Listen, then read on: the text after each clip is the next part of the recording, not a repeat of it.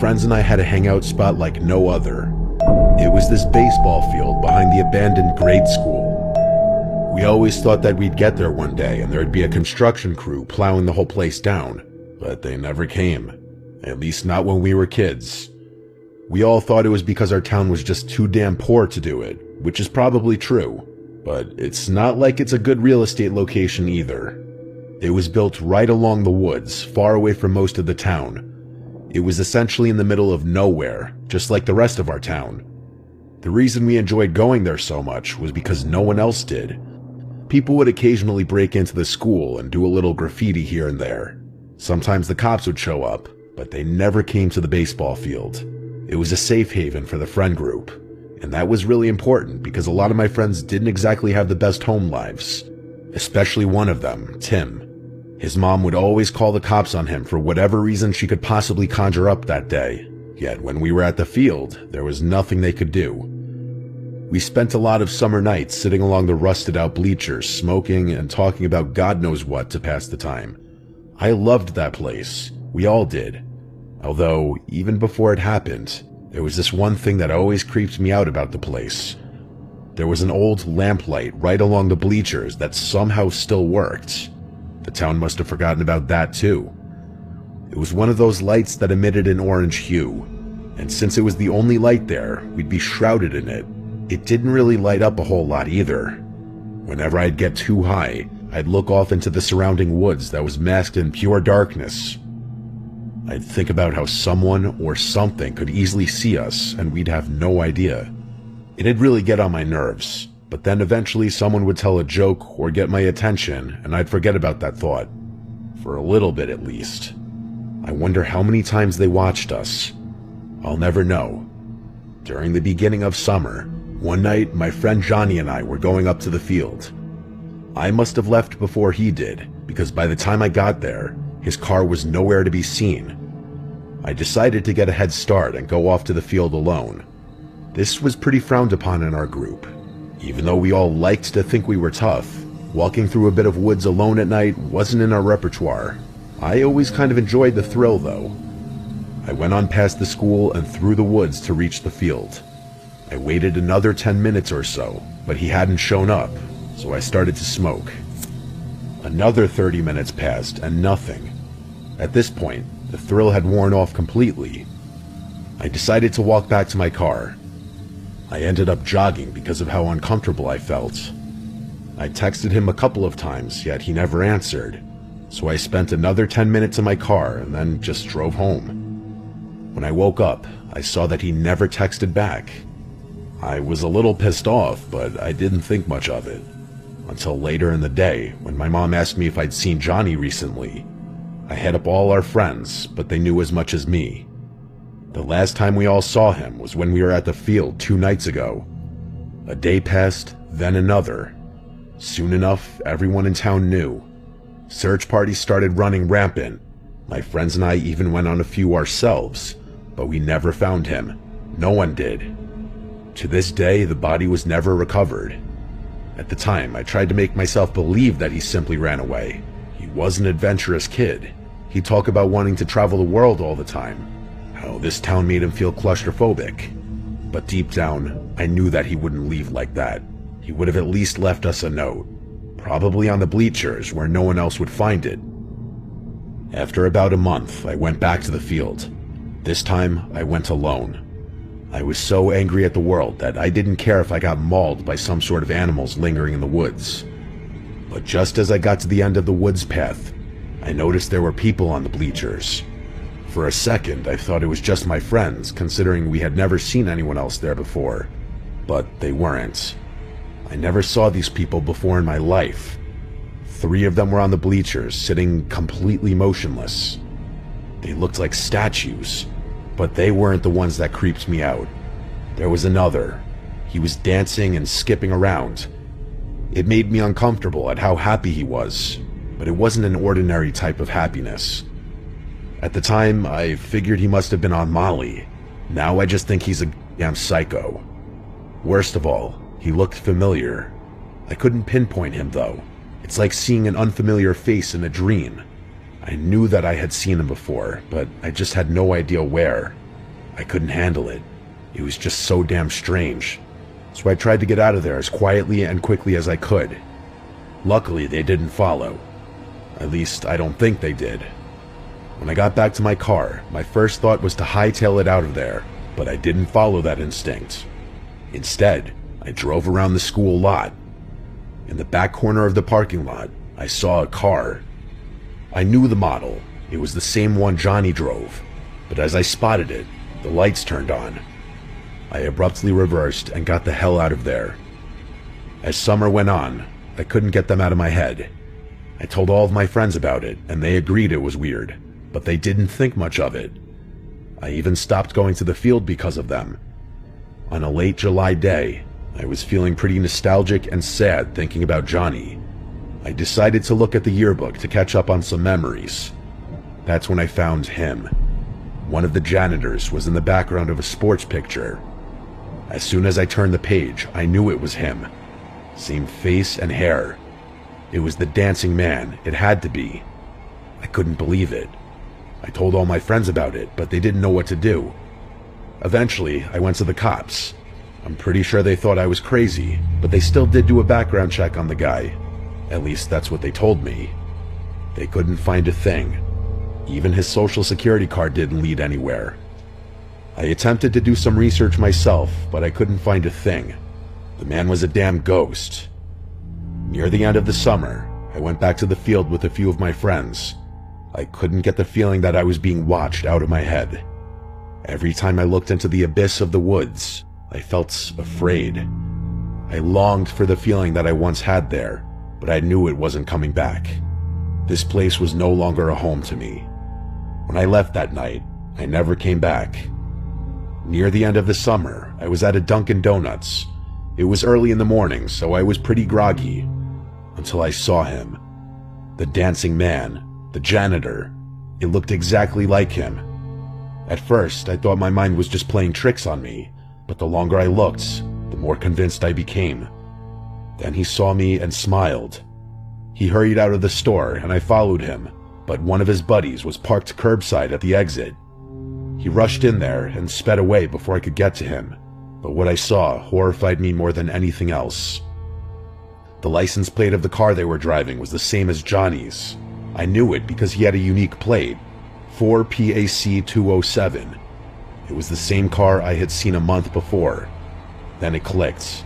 That was Johnny's car. They got a paint job, so I didn't notice back then, but I should have. I still beat myself up because of it.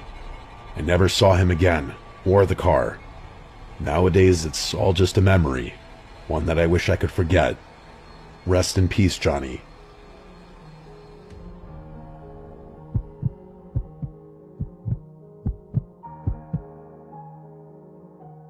It was the summer of 2024, and my three buddies, Jake, Sam, and Marcus and I were desperate for a break from our internship at the Kennedy Space Center. We'd been buried in rocket data for weeks, but as star geeks, we craved a night under a pristine sky. We pored over light pollution maps and Google Maps, zeroing in on a remote clearing deep in Tate's Hell State Forest, a swampy, desolate stretch of Florida's Panhandle. The name came from an old legend about Sebe Tate, a settler who vanished in the swamp in the 1800s, supposedly cursed. We brushed it off. Ghost stories were for kids. We just wanted stars.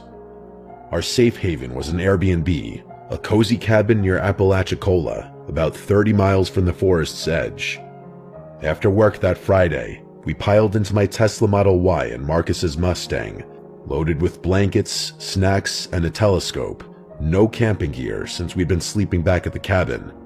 The 7-hour drive from the Space Center was grueling, and we hit the Airbnb late, dropping our bags and grabbing a quick snack before heading back out again. The final stretch into Tate's Hell was brutal. Narrow dirt trails twisting through dense pines and murky wetlands, and the air thick with cicadas and the occasional splash of something in the water. With no cell service, we used walkie-talkies to stay connected between cars, with their crackles cutting through the dark. Around 2 a.m., we reached the clearing, tired and buzzing. The sky was unreal. The stars were blazing like they were close enough to grab. We spread out blankets, set up the telescope, and dove in. 15 minutes later, Sam's voice hissed over the walkie-talkie from the Mustang. He said, "Yo, you see that? Headlights." My gut twisted. We turned, and a faint glow crept along the trail we'd driven in on. Out here, 40 miles from the nearest town, at 2 a.m. in a massive forest, nobody's just passing by. Whoever was out there was trouble. Jake, in the Tesla with me, grabbed his walkie-talkie. "Flash them, see what they do." I flicked the Tesla's headlights. 3 sharp bursts. An old pickup truck, rusted and battered, stopped about 100 yards off. No honk or wave or anything.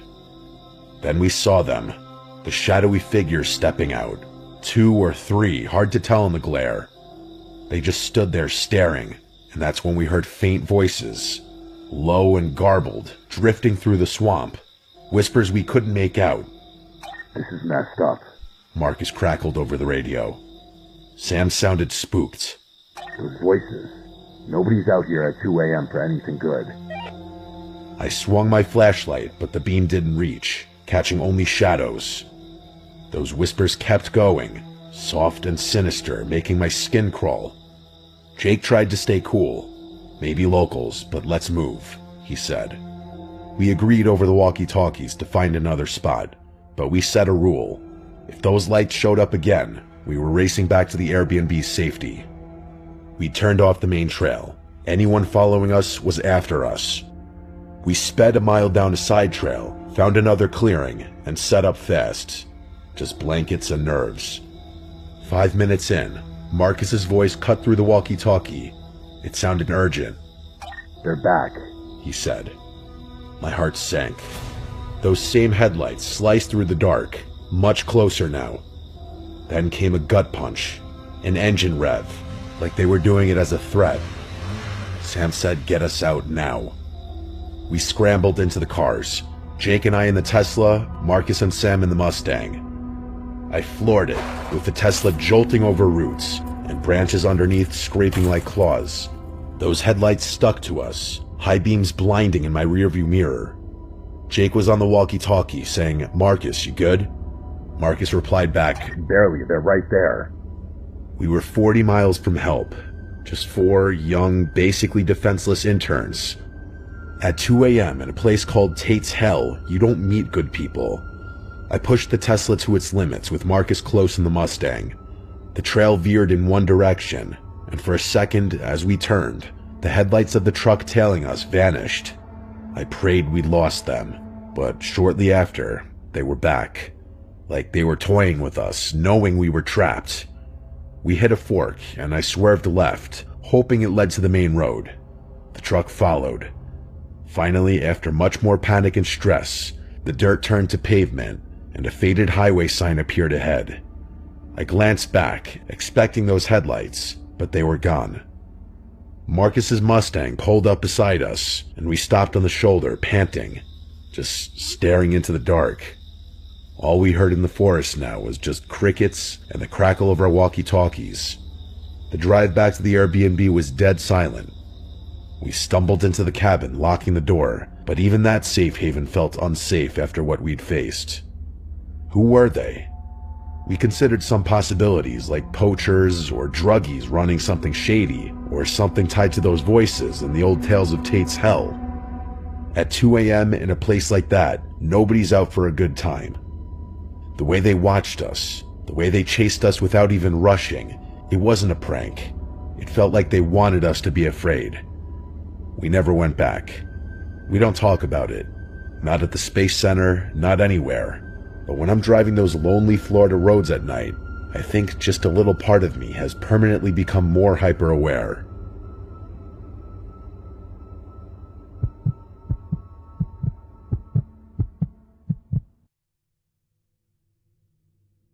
In December 2023, I took a 3-week-long vacation to Japan. My family owns a hotel near the small mountain town of Kaga Onsen in the west of Japan. It was a large Japanese inn, also known as ryokan, built into the side of the hill next to the Daishoji River. The area surrounding the hotel was inhabited for at least 2 millennia, and it was considered a sacred place. My father had told me a long while back that when the hotel was being constructed, the builders had found a couple of old stone blocks and pillars at the site. Apparently, there was some sort of shrine that had been built there around the 9th century. The last time I stayed in that hotel was over 15 years ago, so I was kind of interested in reliving the experience of staying there. As well as that, I really like exploring, and remembering the story that my father told me, I decided to go and do some off-trail hiking in the forest below the hotel, hopefully finding any traces of the ancient ruins which my father mentioned. As soon as I arrived at the nearby city of Kanazawa, I got a car at the rental next to the train station and drove up to the hotel. It was snowing heavily, and traffic was terrible. The ride was supposed to take around an hour, but instead it took 2 hours. I arrived at the hotel around 8, and I let myself in. The hotel was basically vacant in December, and tourists don't usually go to this part of Japan in the winter. There was no staff at all in the hotel. I found myself being the only person in the hotel. The feeling was quite surreal, just being alone in such a building in the middle of nowhere. I grabbed one of the keys behind the counter, let myself into one of the suites, and slept there for the night. The next day, I went into the forest below the hotel. The snow was quite deep, up to my ankles, and trudging down rough terrain with boots was absolute hell. I must have walked far enough into the forest to lose my sense of direction. I checked my phone, but there was no signal at all. I had been walking for around an hour and didn't know where I was. I was surrounded by trees on all sides, and directly in front of me was a large hill. I thought it would be good if I climbed to the summit so I could get a better vantage point to possibly locate any form of civilization. The ascent was very tough, the sides of the hill being quite steep and rocky.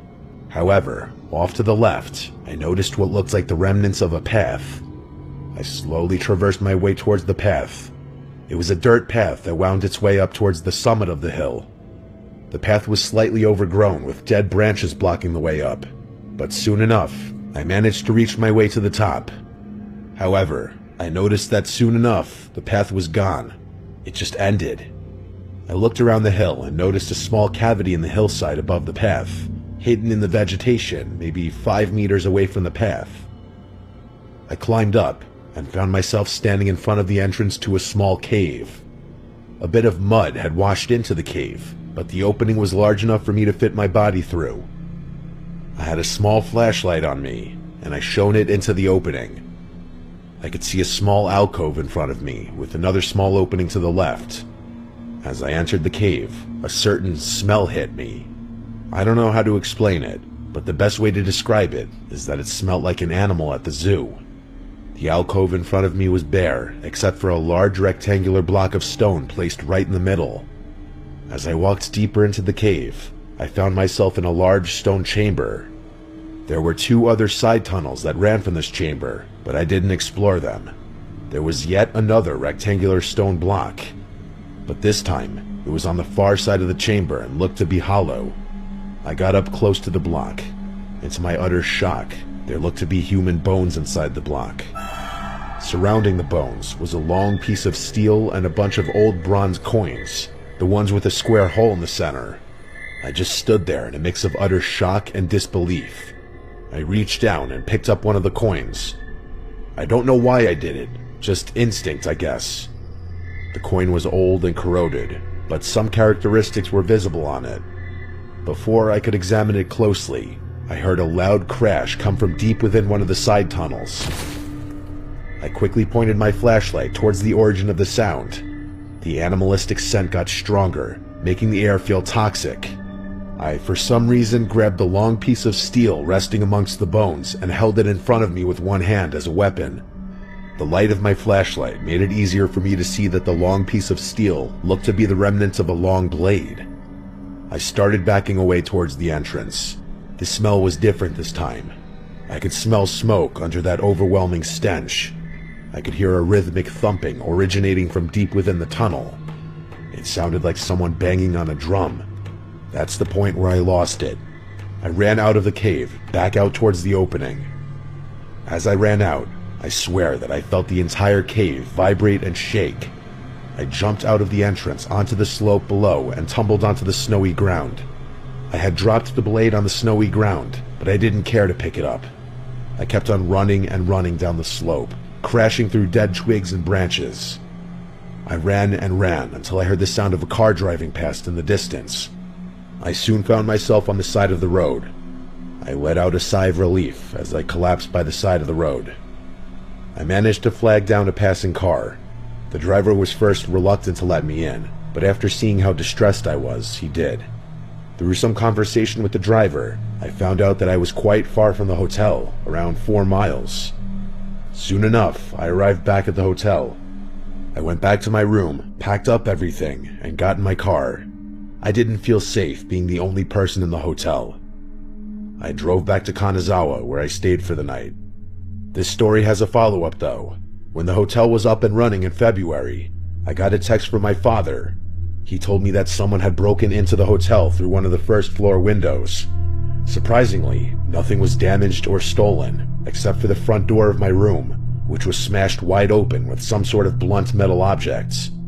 I don't know if this is connected to my experience, but I am definitely not going to be staying at that hotel, ever.